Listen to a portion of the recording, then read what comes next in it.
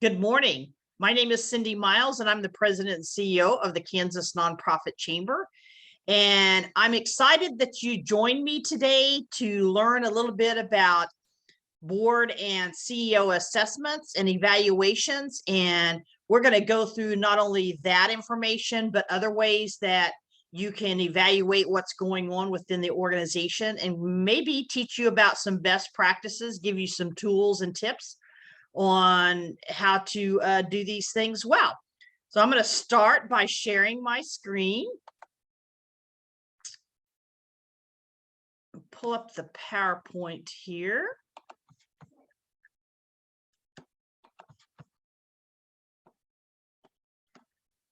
There we go. Hopefully everybody can see that right there. And we'll get started.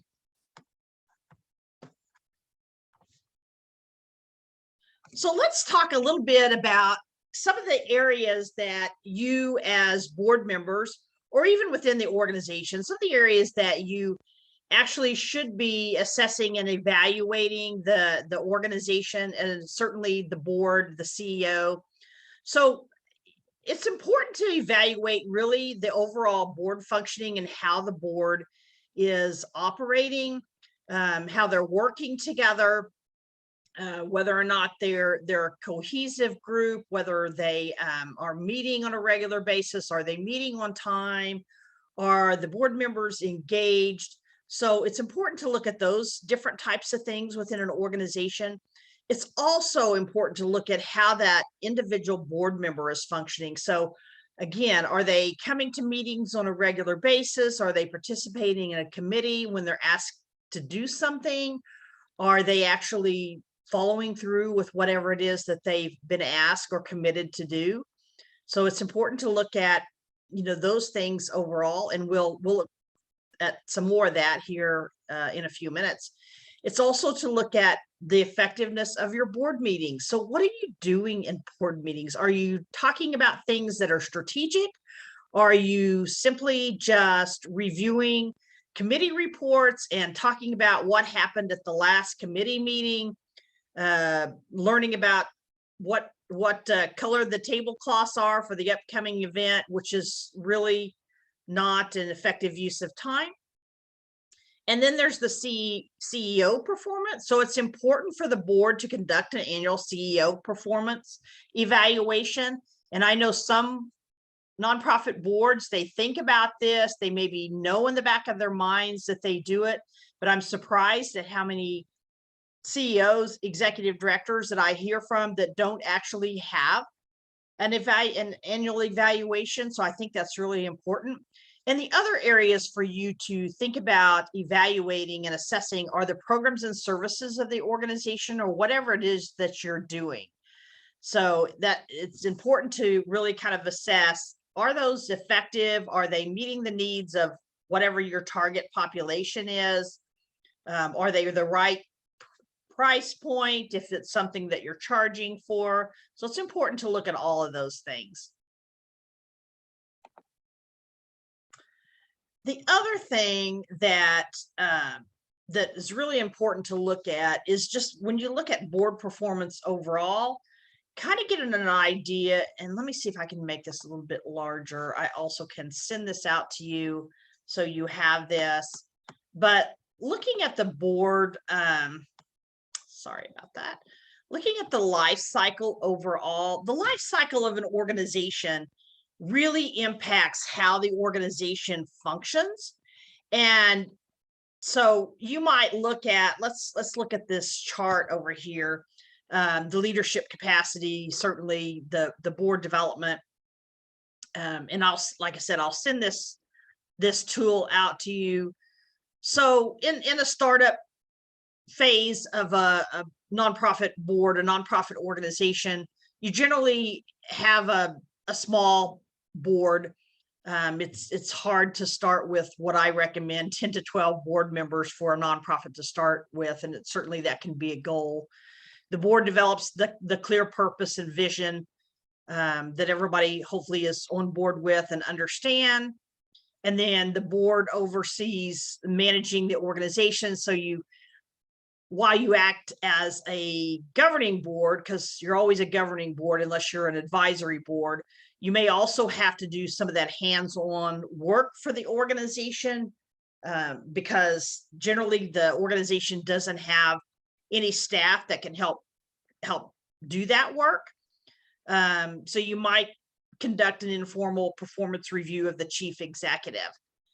But as the organization grows, you can see some of these other things that an organization really needs to look at. Uh-oh.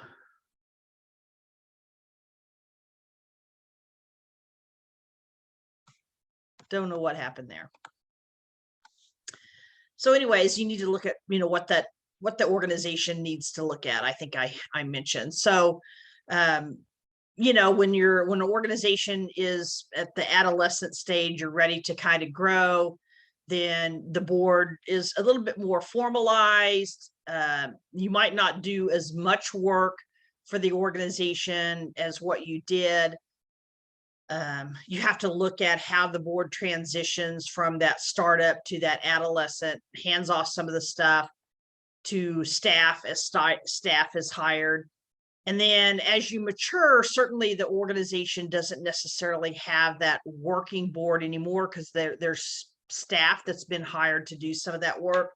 So again, I'll send this out and let you review it, because where the board is in its life cycle really kind of dictates some of the work that the board needs to do, as well as assessing what the board should be doing and how they're performing. So this certainly plays into this, because as organizations grow, that changes.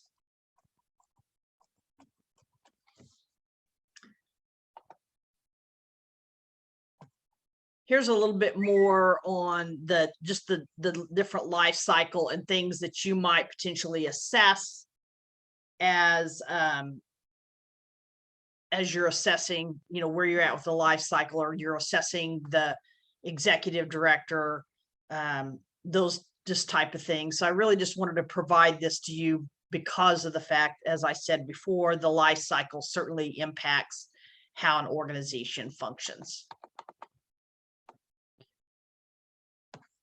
So really, assessing the board performance is one of the most ways to ensure that all of your board members understand what they're supposed to be doing, what their roles and responsibilities are, what are the good governance practices. And I like to talk about governance a lot. I know that I'll probably mention here later that governance committee is one of the most important committees, especially in relation to doing a lot of these evaluation and assessments. This would be a role of a governance committee. And so often I see that nonprofit organizations don't have governance committees. So certainly something to think about as you get into doing these evaluations and just assessing the overall performance of the organization, the CEO, your programs and services. Certainly having the governance committee to guide that work would be important. So your board performance, your board assessment really is going to look at these different things right here, how the board functions, what's the composition of the board. Are you just filling your board with a lot of people that are just friends? Do they actually have the skills, strengths, and experience that you need to have on your board? We here at the Kansas Nonprofit Chamber teach a lot about board diversity and the importance of having a variety or diversity of those skills, strengths, and experience. So you need somebody with accounting experience or financial management experience. You need somebody with marketing experience. You need somebody with administration experience and fundraising. You need those people that have connections to the community and know where to get funding for the organization. So if your board is operating and they haven't developed a plan, or they're not working on how they strategically recruit a diverse board, certainly that is important to look at when you're assessing your board overall. orientation and training. So it's important to look at how you orient your board members, and then what kind of training that you give them as they remain on the board, whether that's teaching them a little bit more about fundraising, so they know, what their role is in fundraising, because all board members should be fundraising in some way, shape, or form. That doesn't mean everybody has to make an ask, but it's certainly important to give them that training. It's certainly important to orient them not only to the board and the board practices and the best practices and those types of things, even the board's role, but to orient them to the organization overall. So it's important to look and see, are you doing that? The structure and organization of the board.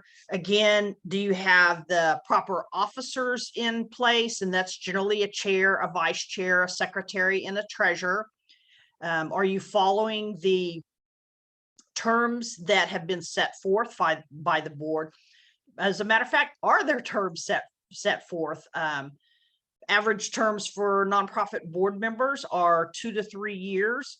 That can be renewable 2 to 3 times. An average term for officers on the board are 1 to 2 years, and those generally aren't renewable. If you see an organization, if your organization has a board chair that's been on the board year after year after year, to me, that's an issue that certainly you need to assess, and it needs to be addressed. How does the board work together as a whole? You certainly need to be looking at how that board's working together. Again, are they a cohesive group? Are they participating in committees? Do they have functioning committees? So that's something that you need to look at as you're doing this assessment of the board. And then your board performance and assessment really helps to identify, are there board development needs? So if nobody on the board is willing to help raise funds in some way, shape, or form, that's a development need.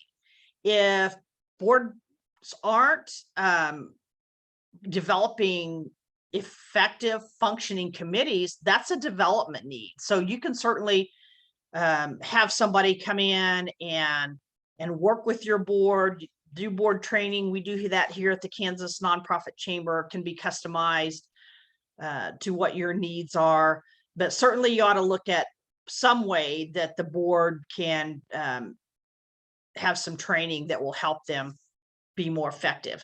So one of the tools I'm going to send out to you is an annual board self-assessment. And I think it would be a great tool to have your board, or you as board members, whatever, to actually go through this annual board assessment. And I actually have that that assessment here that we can take a few minutes, and I will go over the questions, and we'll look at how this annual board self-assessment is done. And you can certainly hand this out to each of your board members, let them kind of rate where they're at in these different things. So let's kind of look at the questions that are on the annual board self-assessment. And again, as you're doing this, you can use the following scale. 0 on this rating is this does not exist on our board. 1 means we are working on it. 2 is yes, we are in great shape on this item. So I'd recommend that you grab a pencil and paper, and let's kind of go through this self-assessment, and let's see if we can figure out where you think your board is at. So item number 1, our board is composed of persons vitally interested in the work of WFCC. So this is, again, a template. So in the work of whatever your organization is. So they're vitally interested in the work. Our board is representative of our community with regard to race, gender, and the public and private sector. So where does your board rate on that? Are you working on that? Doesn't exist? There is a balance of new and experienced board members to guarantee both continuity and new perspectives. Does that exist on your board? Do you have a plan for succession so that the board carries on and that board chair doesn't serve for 12 years? Board members have the combination of skills, management, fundraising, legal, fiscal, necessary to work towards the mission. There is a limit to the number of consecutive terms a board member serves. The organization keeps a pool of potential board members identified for the future. So again, that ties back into that succession planning. Are you doing that? Are you identifying potential board members?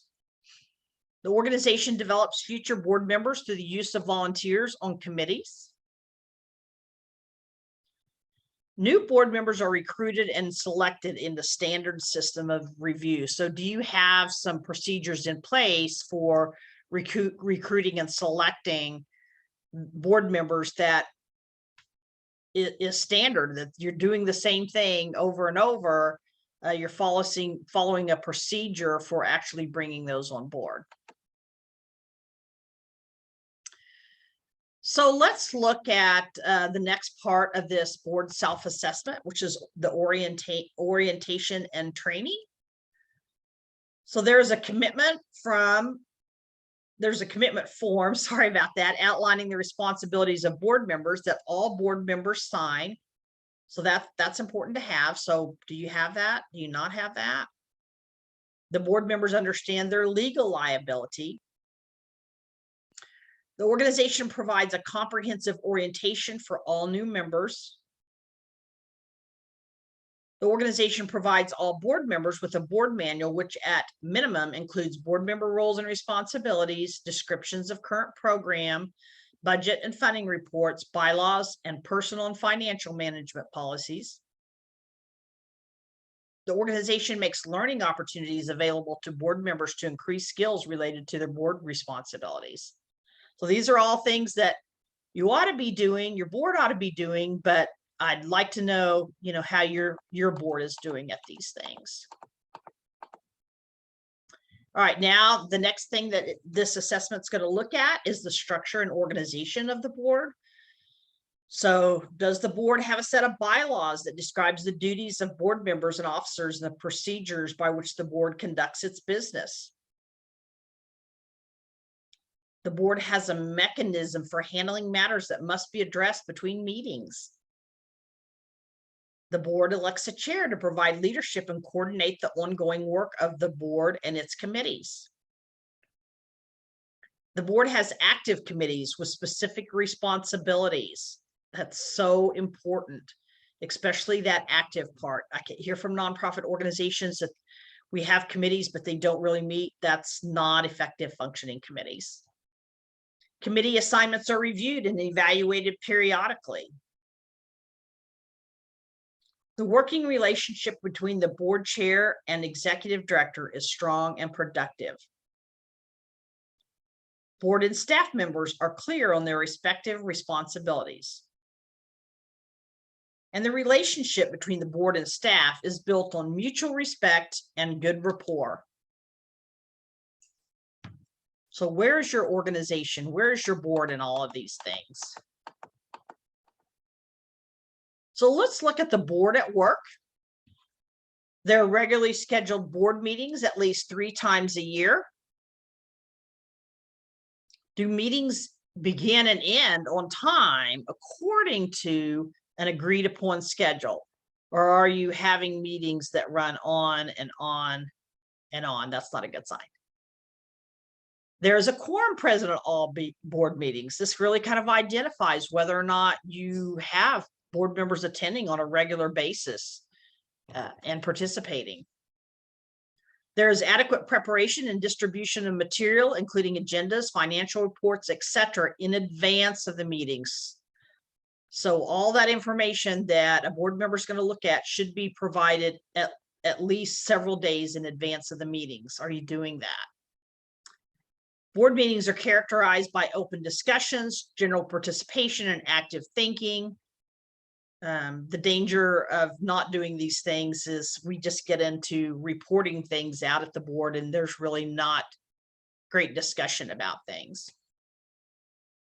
Board members deal primarily with policy formulation, financial and long-range planning, financial review, and evaluating the work of the organization.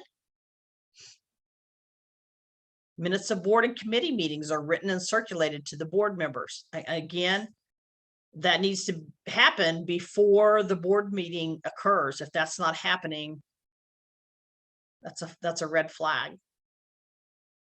Committees are active and complete assigned tasks in a timely manner. The board makes governance decisions based on evaluation data presented annually. The board stays aware of community, state, and national matters that could affect their organization. Individual board members accept and carry out assignments within the area of their talents and expertise. Board members accomplish their commitments in a timely manner. Board members make a generous financial contribution, self-defined, to the organizational annual basis. That means that board members make some sort of a stretch gift to the organization every year, whatever a stretch gift is to them. That varies from organization to organization, but are they doing it? All board members are actively involved in some aspect of fundraising for the organization. Board members are actively promoting the organization in the community. The board conducts an annual review of its own organization and work. So they may be conducting a review of the CEO, but are they conducting an annual review of their own organization? New leadership is emerging consistently from the board and its committees. So that leadership, those committee chairs, that board chair, the secretary and treasurer, are they changing on a regular basis? So hopefully you all went through that assessment, and it gave you the opportunity to define how your board is doing. And if you received, if you went through this assessment, let me go back just a second.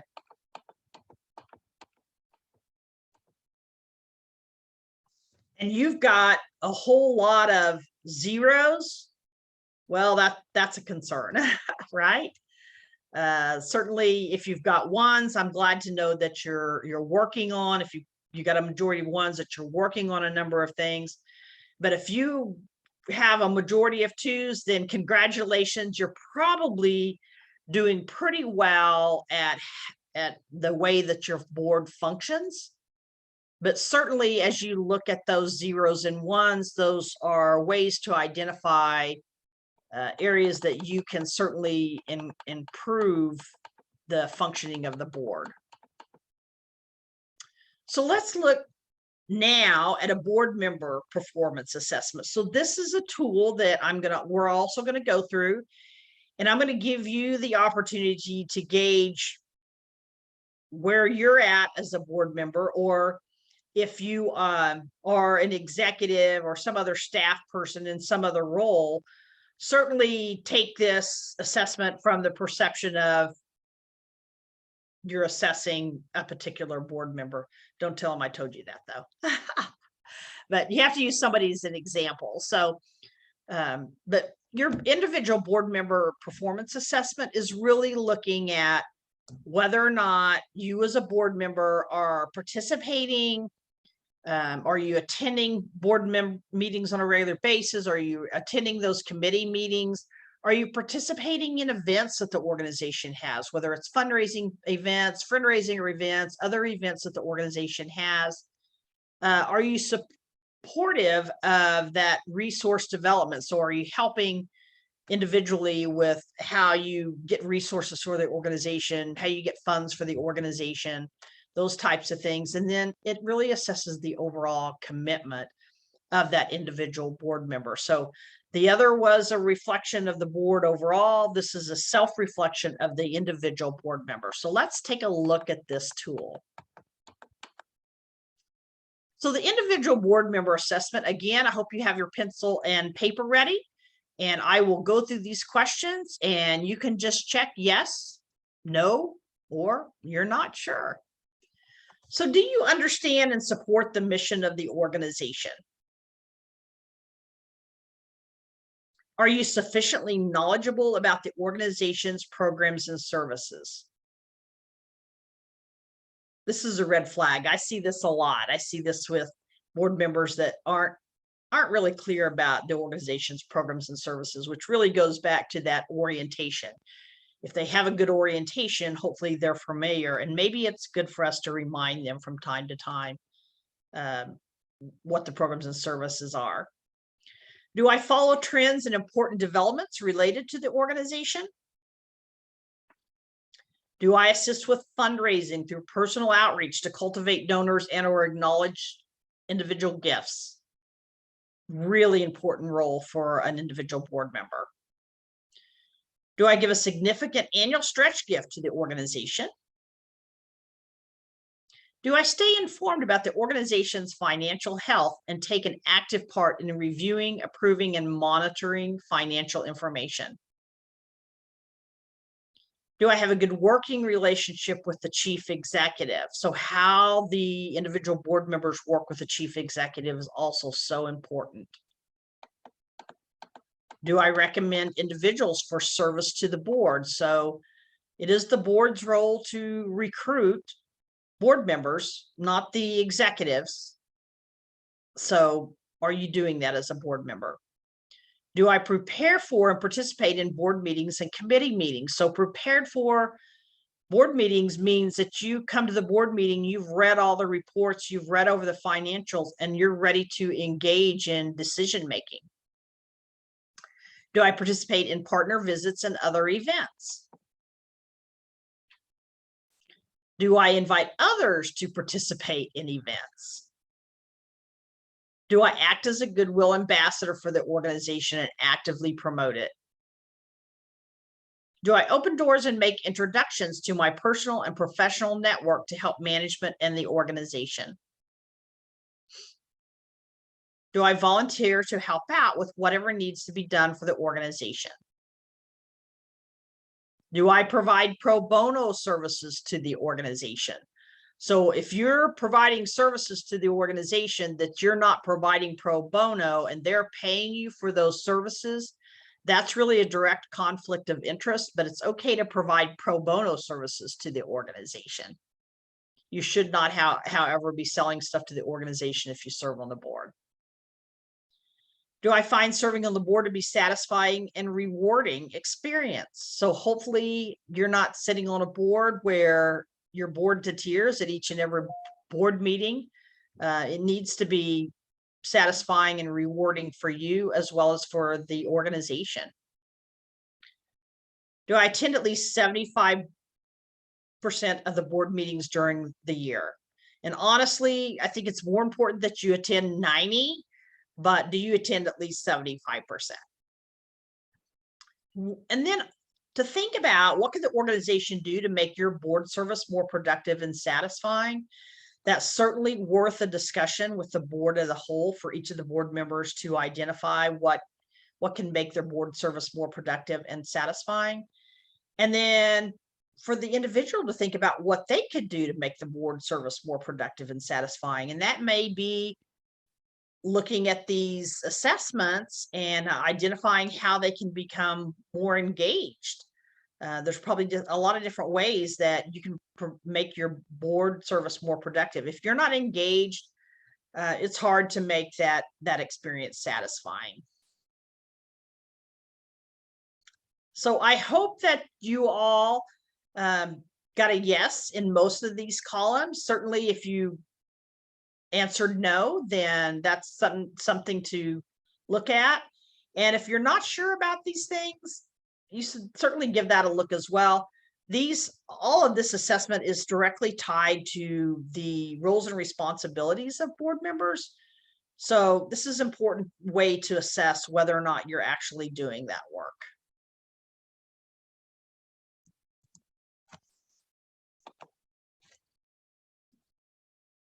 So one of the ways that you can do that is with a performance follow-up. This allows you to get back on track with what you're doing as a board member, to make commitments for the work that you will do.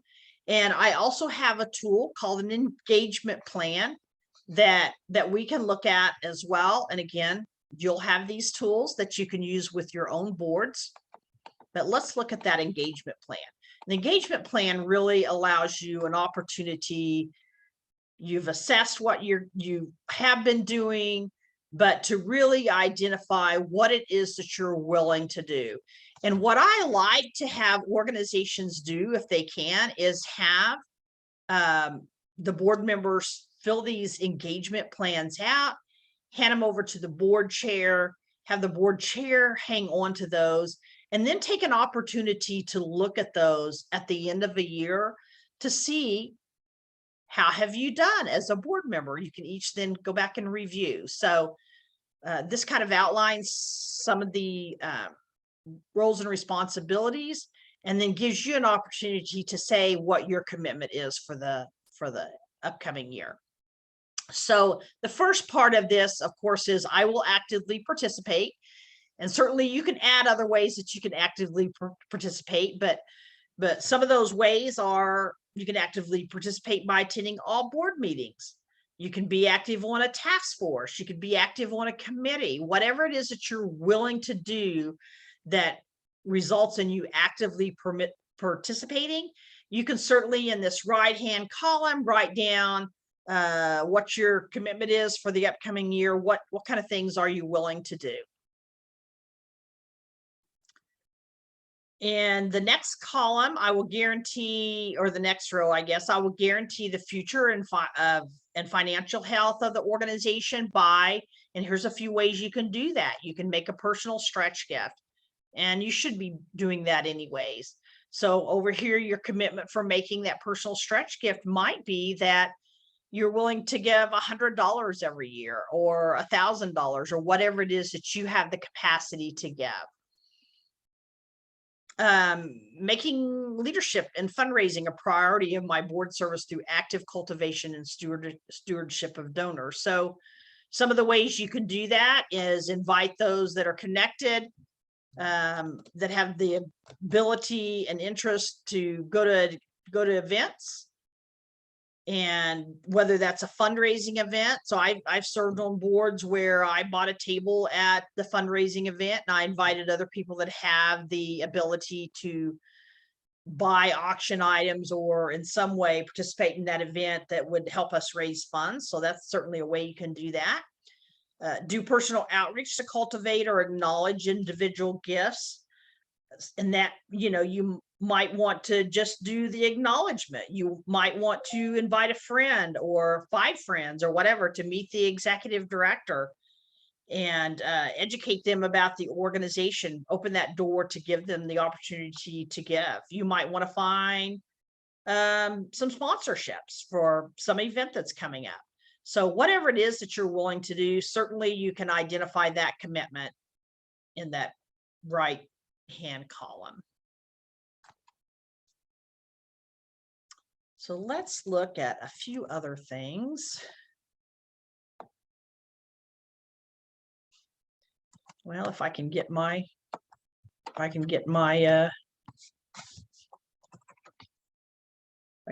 thing to move.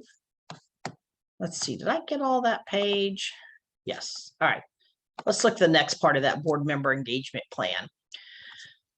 Here's some more about guaranteeing the future and financial health of the organization. So other ways you can do that, you can act as an ambassador for the organization, leverage your credibility to speak to the United Way or some other group, participate in testimonies or policy briefings if that applies to your organization. But there's lots of different ways you can do that. And certainly whatever that is, write in what your commitment is. You can regularly introduce donors, potential board members, others that can make a contribution to the organization. So maybe your commitment would be you're going to work to recruit 1 board member for the year. You're going to make 5 introductions for the executive director or the development director. You're going to meet with a public official, and maybe you're going to do that with the executive director. You're going to secure a matching gift from your employer. So whatever those things are that you can do to help guarantee the future and financial health of the organization. Certainly put that commitment in that column. And then I will engage in and participate in the vitality of the board by, so here's a few ways that you can commit. You can participate in that orientation upon election. Make the time to do that orientation. It's certainly important. You can make sure that you're committed to participating in the annual board retreat. You can participate in self-assessments, such as what we just did. You can visit a site every year. If there's several sites, maybe you're involved with an organization that has sites across the state of Kansas. And you can certainly go out and volunteer at one of the sites or the site for the organization. So what is it that you're willing to commit to?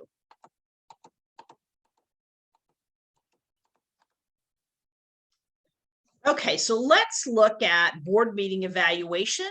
Certainly that's important to do. And I tell people that I work a lot with young professionals who want to serve on nonprofit boards. And sometimes I hear back from them that they don't really understand what their role is, that they go to meetings and there's just a whole lot of reporting out. They don't really have much to say. They're not really engaged. And so it's really important to assess what is the effectiveness of board meetings. So you certainly don't want to be a board member just sitting at a board meeting for a couple of hours where somebody is just consistently reporting out. We're going to talk a little bit about the consent agenda. If you've never worked with consent agenda, it is a way to make your board meetings more effective. And then I'm going to introduce you to what's called a board meeting evaluation form. That's certainly something that could be done at the end of every board meeting.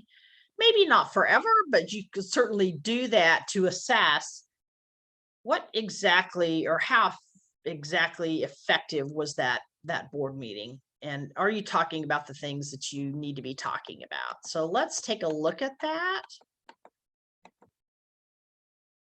So the board meeting evaluation, again, grab your pen and paper. I'm going to go over these questions. Keep track of where you think the board meetings are for the organization you're involved with, as well as maybe think about some suggestions for improvement if it needs improvement. If it's okay, that's good. Glad to hear that. So number one, the agenda focused on issue of long-term importance that was supported by necessary documents. So are you talking about things in the future for the organization, or are you talking about what happened 6 months ago? The meeting materials were circulated in sufficient time prior to the meeting. So it's important to give board members 3, 4, 5 days, a week even, to actually have those materials in their hands and be able to read through those materials and make sure that they come to the board meetings ready to ask questions, ready to engage. All board members were prepared to discuss materials sent in advance. So are you ready to have that discussion? The reports were clear and contained the needed information that you needed as a board member. We avoided getting into administrative management details. So no reason to get down into the weeds for what the CEO and other staff are doing or whatever. That's really not the board's role to micromanage. So they need to kind of stay out of that weeds of the day-to-day administration or management. A diversity of opinions were expressed and issues were dealt with in a respectful manner. The chair guided the meeting effectively. This is so important. Members participated responsibly. Next steps were identified and responsibility assigned. So you didn't just discuss about the things that need to be done, but you actually identified who's going to do those things. A substantial majority of board members were present. The meeting began and ended on time. Boy, that's important. The meeting room was conducive to work. I am glad I came. It was a worthwhile use of my time. So just a simple evaluation that could be done, handed back in so that the board chair or the exec committee can really evaluate, are the board meetings that you're having are they effective? Should you be doing something different? And if you find that a lot of these things need improvement, well, certainly work on that. So then let's look a little bit at the core competencies of a nonprofit CEO. So what are the things they really should be evaluated on? Because we certainly don't want to evaluate our nonprofit CEOs based on some of the stuff that our other staff should be doing. So you don't want to base how the CEO is doing based on how the administrative assistant is doing, right? You're really just looking at the core competencies of the nonprofit CEOs or executive directors. So the main things that should be looked at is, how are they doing at planning? Whether it's long-term planning, short-term planning, planning of events, whatever it is that they're responsible for, how are they doing? How are they doing at fundraising? Are they bringing funds into the organization? And even if they're not doing that directly, which most should be, they overseeing the grant writer, the development director, that kind of thing. Looking at the administration duties of that executive director, CEO. How are they doing in relation to board relationships with the rest of the board? Do they get along with the rest of the board? Do they have issues with the particular board members? How are they getting along with the chair? So that's important to look at. Communications and public relations. They are the face generally of the organization. So how are they communicating outside in the community? How are they communicating internally? How are they communicating with the clients that are served, other people out in the community? And then financial management. Are they managing the finances of the organization effectively? So those are the main things that, as you look at doing an evaluation for the CEO, executive director, that you should be reviewing.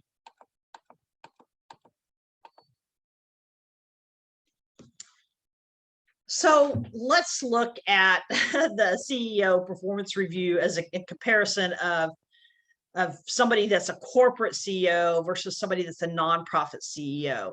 And the reason that's important to look at is because so often the CEO of a nonprofit organization, the executive director, just really doesn't have the resources that a corporate CEO might have. And so you've got to consider these things here when you're doing the review. So maybe they have limited funding and staff. That may mean that not only is the executive trying to do all of the things that I mentioned previously, but maybe they're checking the mail, maybe they're setting their own appointments, maybe they're doing administrative duties, maybe they're paying the bills, maybe they're entering financial transactions into whatever accounting software you use. So you have to consider the limited funding and the limited staff that nonprofit organizations have. And I know I work with a lot of small to medium-sized nonprofit organizations, and especially those small ones that might not have anybody but the executive. They may not even have any other staff, which ties into that multiple roles. So often an executive director of a nonprofit organization, again, those small to medium-sized nonprofit organizations, they are wearing the hats of the marketing person and the fundraising person and the person that's doing the accounting and the person that's running the program. So they're doing a lot of different things. They're wearing a lot of different hats.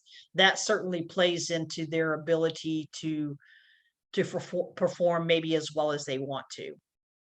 There is sometimes a lack of stability and predictability, especially again in our small to medium size organizations, sometimes we get caught up into just putting out fires and putting out fires.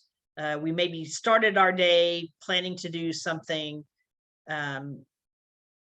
important, but the air conditioner breaks down or something else happens. So there is that lack of ongoing stability and predictability within the small to medium sized nonprofit organizations.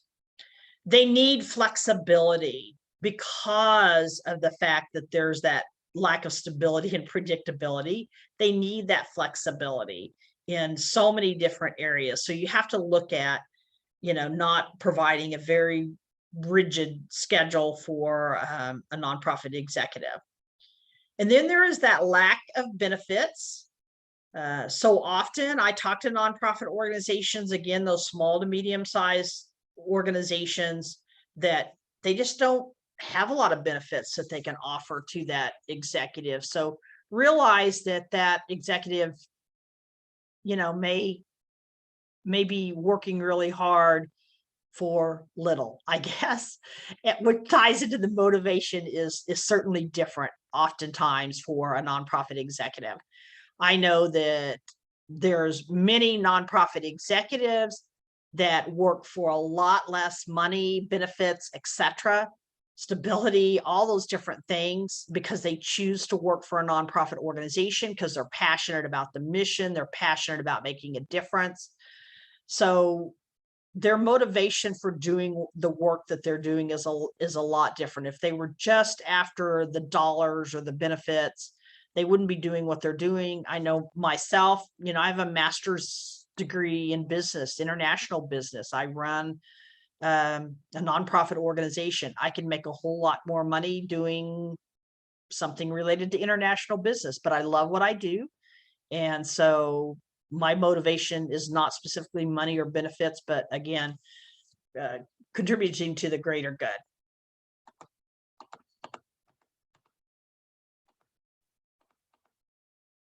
I like this about CEO performance evaluation. So I throw this little cartoon in.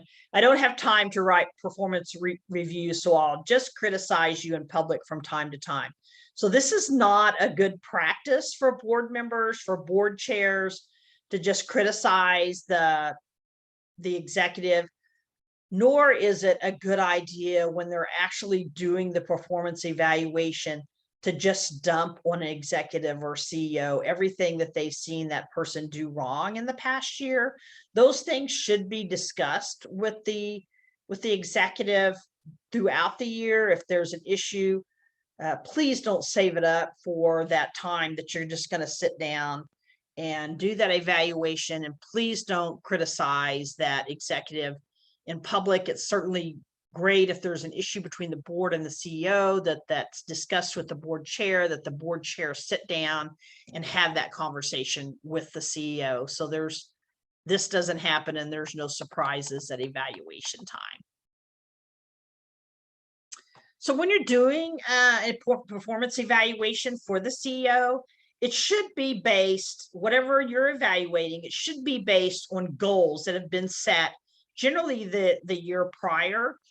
So those should honestly be SMART goals. So specific, measurable, attainable, realistic, and time bound when you set those goals every year. So you have something to measure against. So make sure that every year there's some of those goals set that that allow you to really measure something concrete.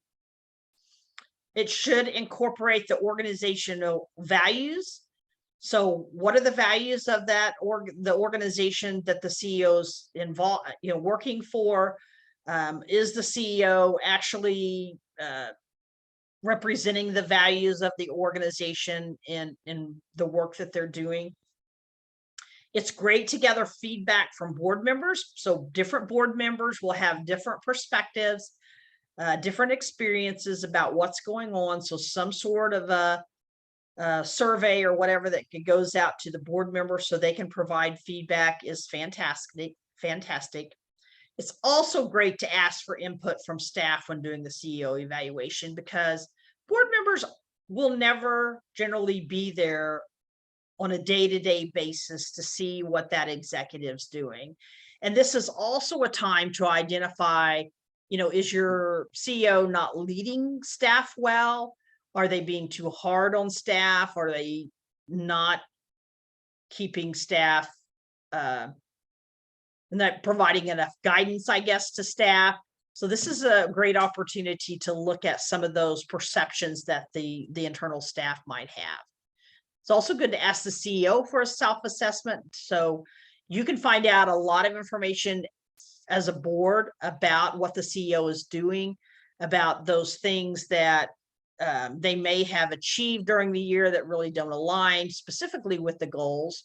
But you can certainly learn a lot about what the CEO thinks is important, and certainly the achievements that they have.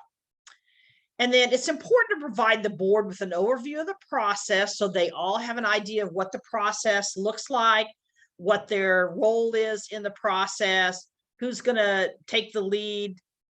Generally, the governance committee, in conjunction with the board chair. Sometimes it's the exec committee that takes the lead in that. So it's just important for the board to know what that looks like, and who's going to be in charge, who's going to lead the initiative, who's going to participate. So if it's staff or whatever, to review the tool, whatever template tool that you're going to use for that evaluation process is important to review with the board. Who's going to compile the results, and who's going to be responsible for communication of the results of that evaluation. So not a good practice to bring the CEO in to a board meeting or to the board table with all of the board of directors to do that evaluation, to communicate the results. Generally best done with the board chair and the CEO so they can have good, honest conversation.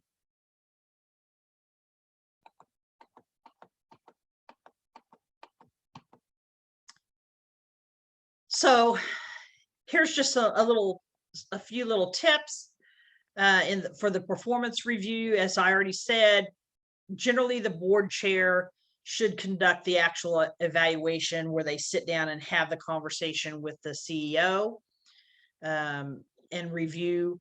They should not only provide that evaluation, but they should provide the opportunity for the CEO to provide input about the evaluation, and they should review all the results, identify how that CEO has done on achieving the goals that were set the previous year, as well as develop action plans and goals for the upcoming year, and identify how exactly that work is going to be done, kind of like developing a strategic plan.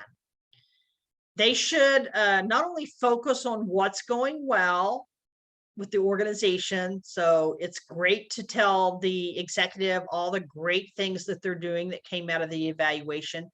But it's also important to communicate at this point in time what can be improved, what needs to be improved. And even though we all love to hear about everything that we're doing well, it is important, especially because of some of those blind spots, for the board to communicate some areas that might need improvement. I think there's always room for all of us to improve in some way.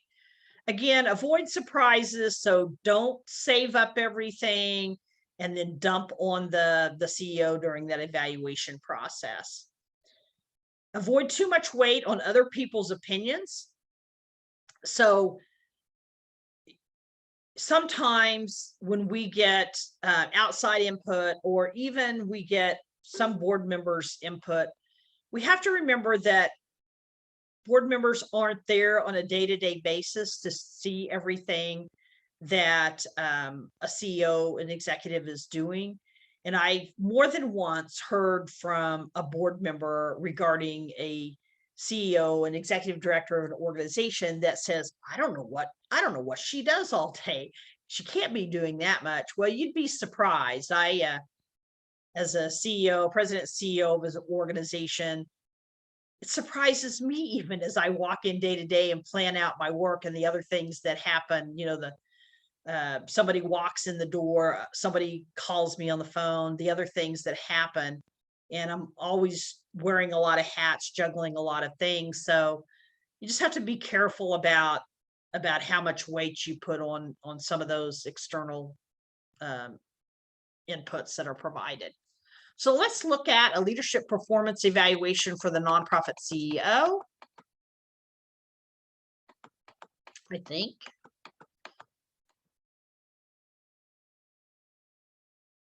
No. Oh, yes. Let's look at this. Let me stop sharing.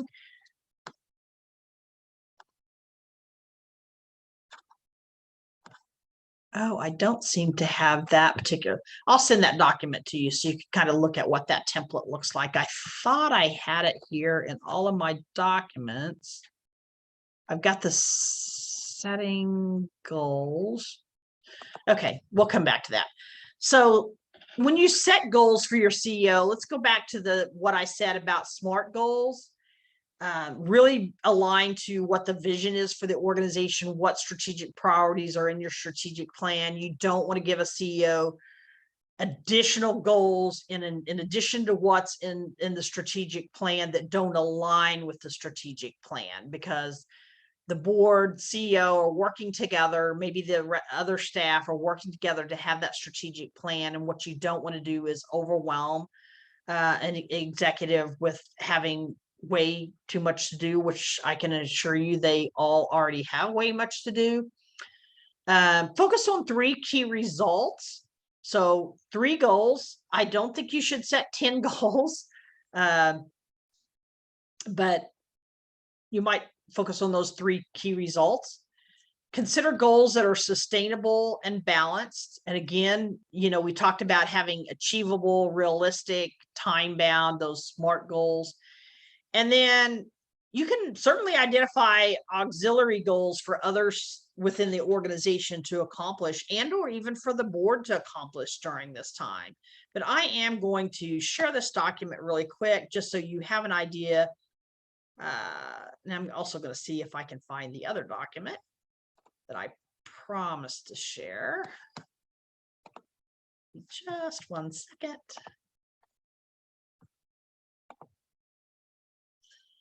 So this document that I'm going to send out to you is a board source document. I am a certified or went through board source to get certification, I guess, to do board training. So when I send this out to you, it'll just have some step-by-step guidance for setting goals for your CEO.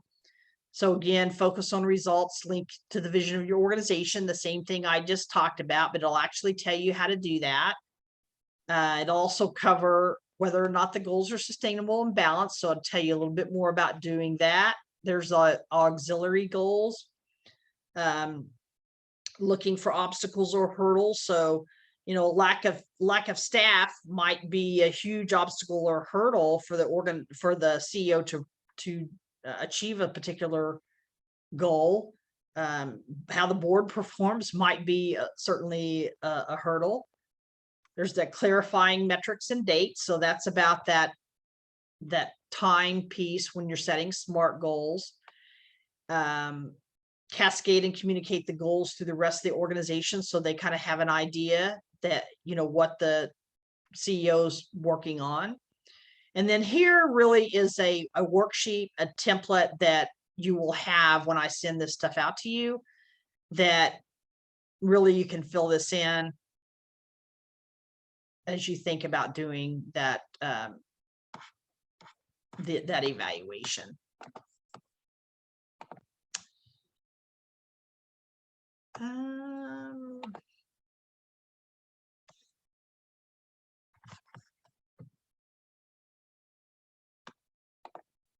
I think that I just went through that whole process of explaining about that document, and I don't think that I pulled it up. Wait, let me try that again. Sorry about that, just so you can see the document.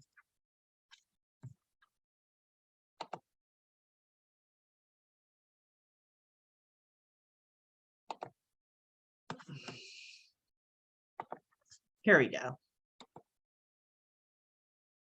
So here's that document that I just reviewed that I didn't share. Gotta love technology.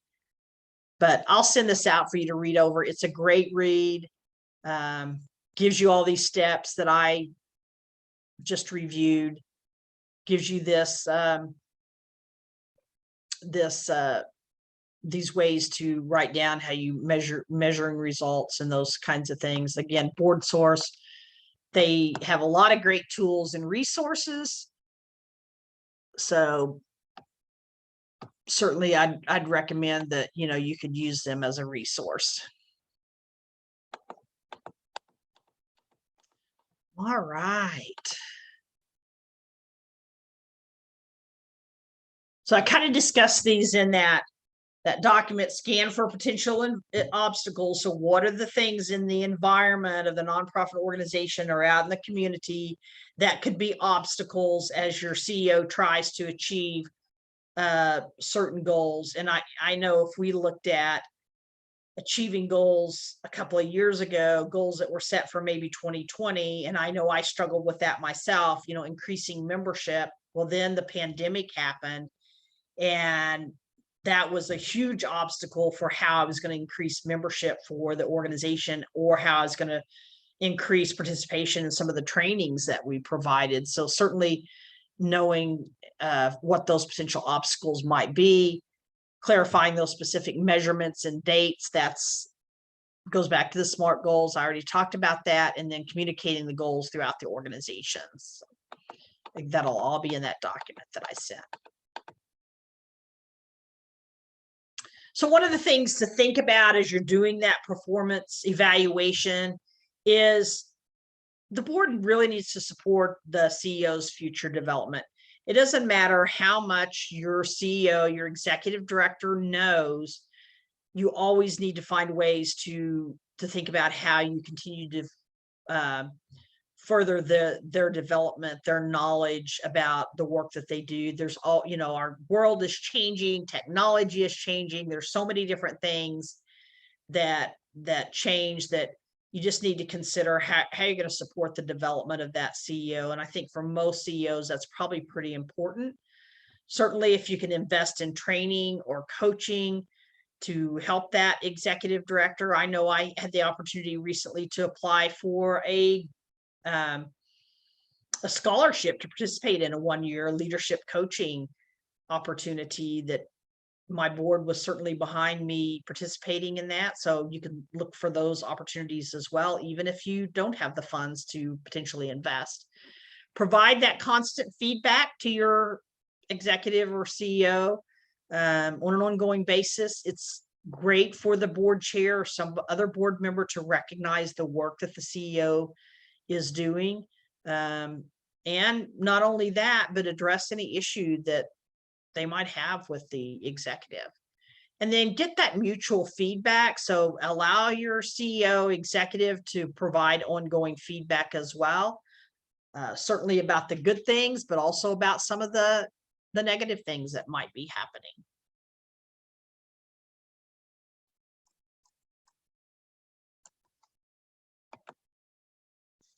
So then let's take just a few minutes to look at how you go about assessing the programs and services of an organization, because certainly that's an important part of what the board should be doing. One of the questions that you need to be asking on an ongoing basis is, do they align with the mission or vision of the organization? I do see nonprofit organizations and sometimes boards even encourage, let's apply for this grant funding or that grant funding, or let's do this simply because it needs to be done. But really that work is better for some other organization to do because it doesn't necessarily align with the mission or vision. So some organizations develop what's called mission drift, either because they're chasing funds or they just see a gap. But board members really need to be asking the questions about whether what you're doing, does it align with the mission? Does it still align with the mission? Things that you're thinking about doing, would that align with your mission? Certainly board members need to be curious. They need to ask questions about the programs and services. They need to learn about the programs and services that an organization offers so that they can not only assess correctly, identify whether or not they're meeting needs, but also, so as I mentioned earlier, so they can communicate those out in the community. Certainly the CEO needs to inform the board. It's that CEO's responsibility, and engage the board in looking at the programs and services of an organization, looking at any metrics or anything else that's being used for measuring the performance of those programs and services. There needs to be a conversation about how you go about developing, or how you are developing the programs and services, whether or not those programs and services are adequate, whether they adequately meet the clients that you're serving, and whether they're excelling. So are they stagnant programs? Their services stagnant? Have you not kept up with the times? Have you not changed things? I know, again, back to the pandemic, so many of us had to change up the way that we offered services. And if we didn't do that, if we weren't excelling, if we weren't, if we weren't adequately offering the programs and services based on what the new need was and how to access those services, then we were falling behind, as if we weren't struggling with falling behind during the pandemic anyways.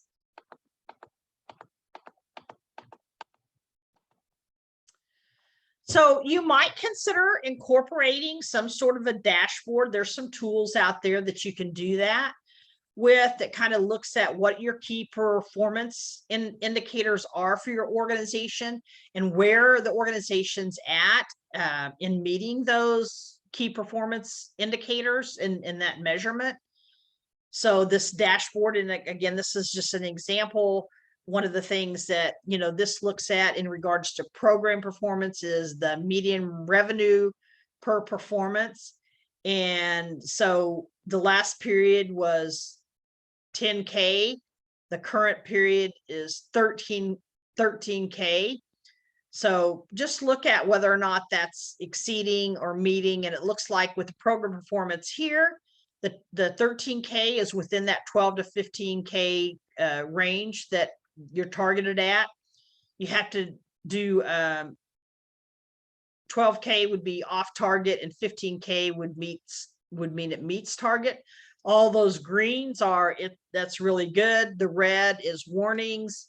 We really need to address that. And of course the yellows are we need to be cautious about this. So putting something together like this that really gives your board the opportunity to quickly look at how's the organization doing, and it's in regards to programs and services, it's a great tool to create something like this.